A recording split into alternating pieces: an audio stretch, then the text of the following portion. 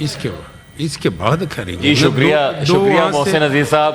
Nasima صاحب نے کیا, محسن عزیز صاحب کی کرم فرمائی کا بہت شکریہ. اس کے بعد آپ کریں. محسن عزیز صاحب آپ کی کرم فرمائی کا بہت شکریہ. لیڈر ہے, پارلیمانی لیڈر. جی بات کریں. جی فیصل صاحب. نہیں آپ بڑے معزز. نہیں سر, چائے کے ساتھ اگر مل جائیں گے پکوڑے کو مسئلہ نہیں ہے. آج سر میرے خیال میں اس ایوان نے بڑی اچھی روایت قائم کی ہے کہ ایک قرارداد لے کر آئیں اور جس میں ہماری قومی اسمبلی کے ارکان کی گرفتاری اگر پارلیمان کے احاطے سے ہوئی ہے تو اس کی سب نے مذمت کی ہے, اور اس میں کوئی ifs and buts شامل نہیں ہے, انکنڈیشنل ہے. یہ انتہائی نامناسب عمل ہوا. توقع رکھتے ہیں کہ اسپیکر قومی اسمبلی نے جو کمیٹی بنائی ہے وہ نتائج لے کر آئے گی, اور ایسے نتائج لے کر آئے گی کہ آئندہ کسی کو یہ احساس کرنے کی سوچے بھی نہیں. باوجود اس کے کہ سر ماضی میں ہمارے ایم پی ایس کو سندھ اسمبلی سے بھی گرفتار کیا گیا, اور جس طرح سے گرفتار کیا گیا تھا, پولیس موبائلوں میں ٹھڈے مارے جاتے تھے, ہم نہیں چاہتے کسی اور کے ساتھ ہو.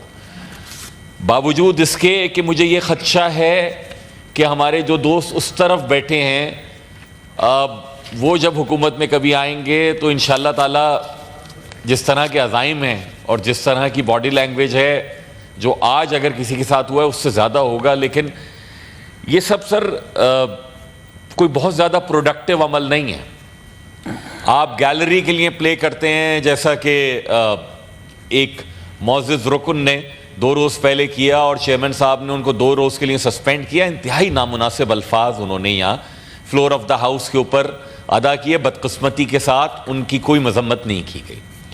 بدقسمتی کے ساتھ وزیر اعلیٰ خیبر پختونخوا نے جو تحریک انصاف کے جلسے میں جو زبان استعمال کی, جو ان کا مواد تھا, اور جو 2 روز سے خیبر پختونخوا اسمبلی میں بعض لوگ کہہ رہے ہیں, ایک صوبے کی منتخب وزیر اعلیٰ جو کہ خاتون ہیں, ان کے متعلق اتنی بد تہذیبی والی گفتگو نہ صرف جلسے میں ہوئی بلکہ خیبر پختونخوا اسمبلی کے ارکان کی بھی دیکھیے, وہ بھی انتہائی قابل مذمت ہے. یہ سارے کے سارے وہ عوامل ہیں جو اس ماحول کو جنم دیتے ہیں کہ جس سے اس طرح کے ایب نارمل ایکشنز مختلف جوانب سے آپ کو دیکھنے میں ملتے ہیں. جس ہم سول سرچنگ کی بات کر رہے ہیں سر, یہ لیڈرشپ کا کام ہے کہ وہ اس سول سرچنگ کو پریچ کرے اور پریکٹس کرائے. یہ نہیں کہ دوسرے نے اگر غلط زبان استعمال کی ہے یا کسی کی گرفتاری کی مذمت نہیں کی تو میں کہتا ہوں کہ جناب میں بھی تمہاری گرفتاری کی مذمت نہیں کروں گا. مختلف جوانب سے یہ تقریر ہو چکی ہے, میں اس کی اتنی گہرائی میں نہیں جاتا. ساتھ ہی ساتھ سر میں ایک ناانصافی جو اس ملک میں ہو رہی ہے اور جس پہ میں بہت عرصے سے گفتگو گائے بگائے کرتا ہوں, وہ یہ ہے کہ پورے ملک میں سر اسلام آباد ہائی کورٹ ٹائپ کی ہائی کورٹس ہونی چاہیے.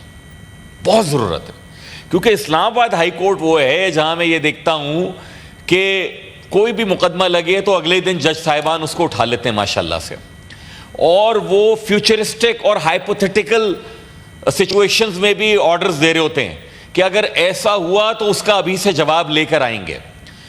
فلاں آدمی جو کہ گرفتار ہے وہ کہتے ہیں اس کو لاپتہ کرنے کی, لاپتہ نہیں بھی تھا تو کرنے کی ہمت کیسے ہوئی. سر اس ملک میں کراچی سے لے کر بلوچستان تک اس ملک کا نوجوان لاپتہ ہے. ہائی کورٹ الیکشن کے معاملے میں تو ڈیسیجن دے دیتی ہے کہ باقی دوسرے صوبوں میں بھی الیکشن نہیں ہوگا, تو کل کو معزز ہائی کورٹ اسی طریقے سے میں توقع رکھتا ہوں کہ پورے ملک کے بچوں کے لیے بھی بات تو کریں.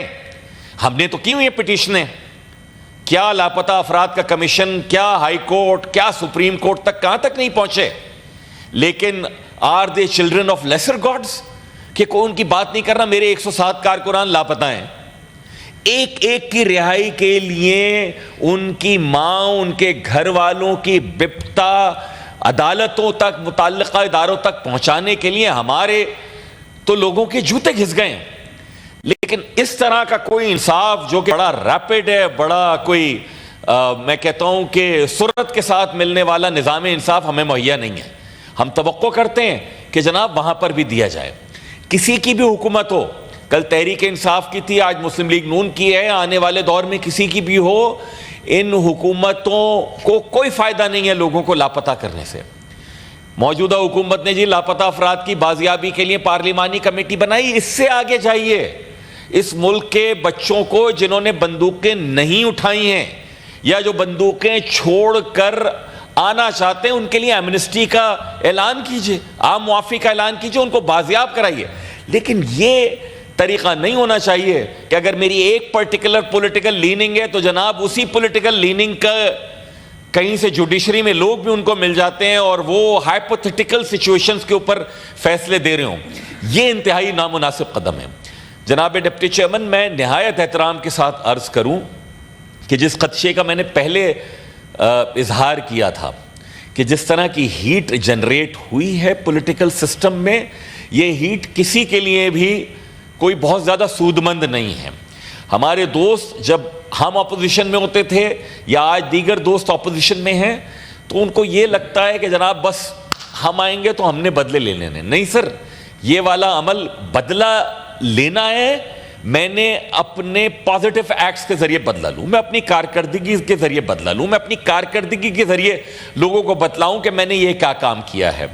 آج کیونکہ بعض دوست اینٹی اسٹیبلشمنٹ نعرے لگا کر یہ باور کرا رہے ہیں کہ ان سے زیادہ کوئی اینٹی اسٹیبلشمنٹ نہیں ہے. کتنے ہمارے وہ دوست اور وہ لیڈرشپ اینٹی اسٹیبلشمنٹ ہے, یہ ہم بھی جانتے ہیں, وہ بھی جانتے ہیں. قبر کا حال تو مردہ زیادہ بہتر جانتا, ان کو ہم سے زیادہ علم ہے.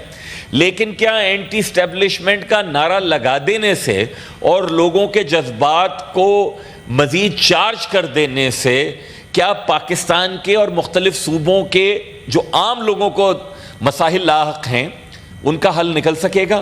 بدقسمتی سے نہیں نکل سکے گا. یقیناً اسٹیبلشمنٹ کا سیاست میں کردار محدود سے محدود تر ہونا چاہیے, اور افسوس کے ساتھ کہ وہ کردار بڑھا ہی ہے.